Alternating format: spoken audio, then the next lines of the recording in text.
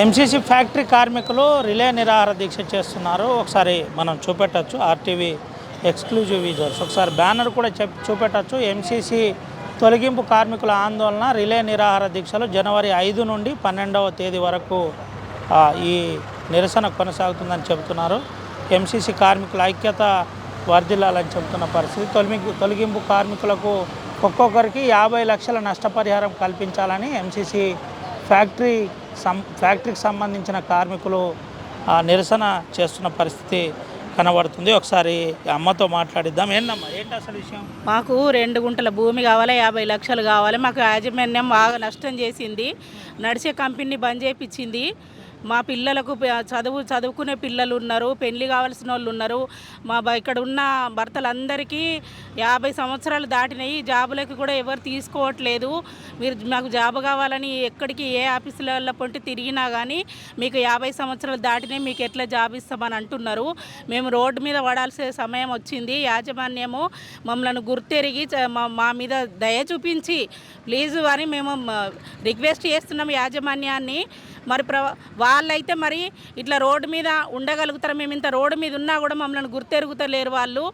పాములలో ఉంటున్నాము, దొంగలు వస్తున్నారు. సాయంత్రం కాగానే భయం అవుతుంది. ఒక లైన్కు ఒక్కొక్క ఇల్లు మాత్రమే ఉంది. అందరు భయపడి ఇల్లున్న వాళ్ళు వెళ్ళిపోయినరు. మేము ఇల్లు లేని వాళ్ళం చాలామంది ఉన్నాము. మాకు దయచేసి మాకు యాజమాన్యము ఇప్పుడు బ్యాంకు వాళ్ళు వేలంపేట వాడడానికి 12వ తారీఖు రోజు వస్తారంట. మరి మా పరిస్థితి ఏంటిది? మరి మేము రోడ్డు మీదకి వచ్చేసినాము. ఇప్పటికైనా కూడా యాజమాన్యం కళ్ళు తెరిచి మాకు 50 లక్షల నష్టపరిహారము, 2 గుంటల భూమి ఇవ్వాలని మేము యాజమాన్యాన్ని కోరుకుంటున్నాము. అందరి ప్రాబ్లమ్స్ సేమ్ అండి. 50 లక్షల కంపెన్సేషన్తో పాటు 2 గుంటల భూమిని డిమాండ్ చేస్తున్నాము. యాజమాన్యం ఇప్పటికైనా దిగొచ్చి, మేము చాలాసార్లు వాళ్ళతోని భేటీ అయ్యి వర్కర్లందరూ వాళ్ళకు అనుకూలంగా కూడా పోయిన రోజులు ఉన్నాయి. అయినా కానీ యాజమాన్యం మొండిగానే వ్యవహరిస్తున్నారు. గత కరోనా నుంచి మేము పోట్లాడుతున్నాం. వాళ్ళని ఎన్నిసార్లు పిలిచినా కానీ కూడా వాళ్ళు ఈవెన్ గవర్నమెంట్ ఆల్సో వాళ్ళకే సపోర్ట్ చేస్తున్నది. ఎన్నిసార్లు కోర్టు కూడా అంతే, వాయిదాల మీద వాయిదా, కానీ మాకు మాత్రం ఎటువంటి న్యాయం జరగట్లేదు. అందుకని మేము దయచేసి గవర్నమెంట్ని కూడా రిక్వెస్ట్ చేస్తున్నాం. అలాగే యాజమాన్యాన్ని, మేనేజ్మెంట్ని కూడా రిక్వెస్ట్ చేసి మాకు తగిన న్యాయం జరగాలని, మాకు వర్కర్ బెనిఫిట్స్ ఇవ్వాలని మేము కోరుతున్నాం. ఫ్యాక్టరీ మొత్తం మూతపడిపోయిందండి. 2020 క్లోజ్ చేశారు. మొత్తం తుప్పు పట్టిపోయింది. అది ఫ్యాక్టరీ నడవలేని పరిస్థితి. ఎందుకంటే యాజమాన్యం కావాల్సుకునే చేసిన పని కాబట్టి అట్లా అయిపోయింది. అప్పటి నుండి మాకు 2025 నుండి మాకు ఎలాంటి నష్టపరిహారం ఇవ్వలేదు, ఎలాంటి బెనిఫిట్స్ కూడా ఇవ్వలేదు. అకారణంగా మమ్మల్ని తీసేయడం జరిగింది. డిమాండ్ ఏంది? ఇదంతా ఓకే, మీ డిమాండ్ ఏంది? మా డిమాండ్ ఏంటంటే, మేము చాలా నష్టపోయాం కాబట్టి మనిషి ఒక కార్మికునికి 50 లక్షల రూపాయలు, ఇందులో గవర్నమెంట్ భూమి పుష్కలంగా ఉంది, అందులోకి ఒక 2 గుంటల భూమి ఇవ్వాలని మేము గట్టిగా డిమాండ్ చేస్తున్నాం. 50 లక్షల రూపాయలు, 2 గుంటల భూమి ఇవ్వాలి. 13వ తారీఖు 12వ తారీఖు వేలంపాట అన్నారు. 13వ తారీఖు నుంచి ఇక్కడ గుడిసెలు వేయడం జరుగుతుంది. ఇది ఖచ్చితమవుతుంది. అందరం ఒక ఏకతాటిగా. భూమి ఉంది ఫ్యాక్టరీలో, మొత్తం 100 ఎకరాలు ఉన్నది. 100 ఎకరాలు పరంపోకు భూమి ఉన్నది, గవర్నమెంట్ భూమి ఉన్నది. గతంలో లీజుకు తీసుకున్నారు కదా, ఆ భూములు పరంపోకు భూములు ఉన్నాయి. అందులో మేము 13వ తారీఖు మేము చేరడం జరుగుతుంది. గుడిసెలు స్టార్ట్ చేయడం జరుగుతుంది. ఫ్యాక్టరీ మొత్తం భూమి విస్తీర్ణత ఎంత? ఫ్యాక్టరీ ఇక్కడ కంపెనీ ఆధ్వర్యంలో ఒక 180 ఎకరాలు ఉంది. జన్నారంలో ఒక 200 ఎకరాలు ఉంది. కాగజ్నగర్లో ఒక 150 ఎకరాలు ఉంది. ముల్కల్లాలో ఒక 20 ఎకరాలు ఉంది. ఈ రోడ్డు పంట ఒక 20 ఎకరాల దాకా భూమి ఉంది. ఒక 400-500 ఎకరాల ల్యాండ్ ఉంది. దాన్ని రియల్ ఎస్టేట్ చేసి కోట్లు గడిద్దామనే ఉద్దేశంతో ఈ ఫ్యాక్టరీని ఒక క్రమ పద్ధతిలో ఒక ప్లాన్ ప్రకారం మూసేయడం జరిగింది.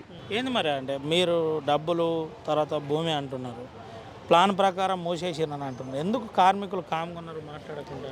మేము 2020 నుండే పోరాటం చేస్తున్నామండి. ఇట్లా మమ్మల్ని అలకారంగా తీసేయడం తప్పు అని చెప్పి మేము ఏఎల్సీ దగ్గరికి వెళ్ళాము. ఏఎల్సీ గారు కేసును క్షుణ్ణంగా పరిశీలించి హైదరాబాద్ లేబర్ కమిషనర్గా పంపించాడు. ఆయన కూడా క్షుణ్ణంగా పరిశీలించి ఢిల్లీకి పంపాడు. ఢిల్లీ వారు కూడా పరిశీలించి వీడు చాలా మొండివాడు ఉన్నాడనే ఉద్దేశం కొద్దీ వాళ్ళు ట్రిబ్యునల్, హైకోర్టు కేసు కూడా పంపించడం జరిగింది. ప్రస్తుతానికి కేసు నడుస్తుంది. అయినా వీడు లాయర్లను అందరినీ కొనేసి ఎక్కడిదక్కడ కమ్మేసే యజమాని, మా యజమాని. ఆయనకు కోర్టులన్నా నరోత్తమరావు అని ఆయనకు కోర్టులు అంటే ఒక ఛాయ్ హోటల్కి పోయి ఛాయ్ తాగొచ్చినంత ఈజీగా తీసుకుంటాడు. కాబట్టి మాకు ఈ వేలం ఈ 12 తారీఖు వేలం వేస్తున్నారు. వేలం వేసే వాళ్ళు కూడా మా యాజమాన్యానికి మొత్తం డబ్బులు చెల్లించకుండా ఒక 30 కోట్లు హోల్డ్లో పెట్టాలని మా యొక్క డిమాండ్ చేస్తున్నాం. దాదాపు 550 ఎకరాల పైచీలకు భూమి ఉంటుంది. ఈ భూమి నరోత్తమరావు ఈ కంపెనీ యజమాని ఆధ్వర్యంలో కొనసాగుతుంది. కాగజ్ నగర్ ఇక్కడ, తర్వాత జన్నారం మండల్లో ఉందని చెబుతున్నారు. అయితే దీంట్లో చాలా మేరకు ఇప్పటికే దళితుల భూములు ఉన్నాయి, అసైన్ భూములు ఉన్నాయని చెప్పారు. గతంలో సర్వే అని చెప్పారు. మరి అదంతా కూడా ఆగి ఉంది. అయినప్పటికీ రేపటి వేలం ఏదైతుందో ఆ వేలాన్ని మేము వ్యతిరేకిస్తున్నాం. దీంతోపాటు ప్రభుత్వం వెంటనే మాపై సానుకూలంగా స్పందించాలి, మా దిక్కు ఉండాలి, మాకు న్యాయం చేయాలని చెబుతున్న పరిస్థితి. ఒక కార్మికునికి 50 లక్షల రూపాయలతో పాటు 2 గుంటల భూమి ఇవ్వాలి. మేము బతకడం ఎట్లా? మా పరిస్థితి ఇబ్బందికరంగా ఉంది. అయితే ఓవరాల్ ఎపిసోడ్లో ఇదంతా రియల్ మాఫియా కోసమే, రియల్ ఎస్టేట్ దందా కోసమే ఇదంతా కొనసాగుతుందని చెబుతున్న పరిస్థితి కనబడుతుంది. సుమంతో రవినాయక్, RTV, ఆదిలాబాద్. చరిత్ర సృష్టించినోడు ఇప్పుడు ఆ చరిత్రని తిరగరాయబోతున్నాడు. అబద్ధాల గోడల్ని బద్దలు కొట్టి నిజాలను రాగా మీ ముందుంచబోతున్నాడు. నిజమైన వార్తల కోసం వెంటనే డౌన్లోడ్ చేసుకోండి రా యాప్ని.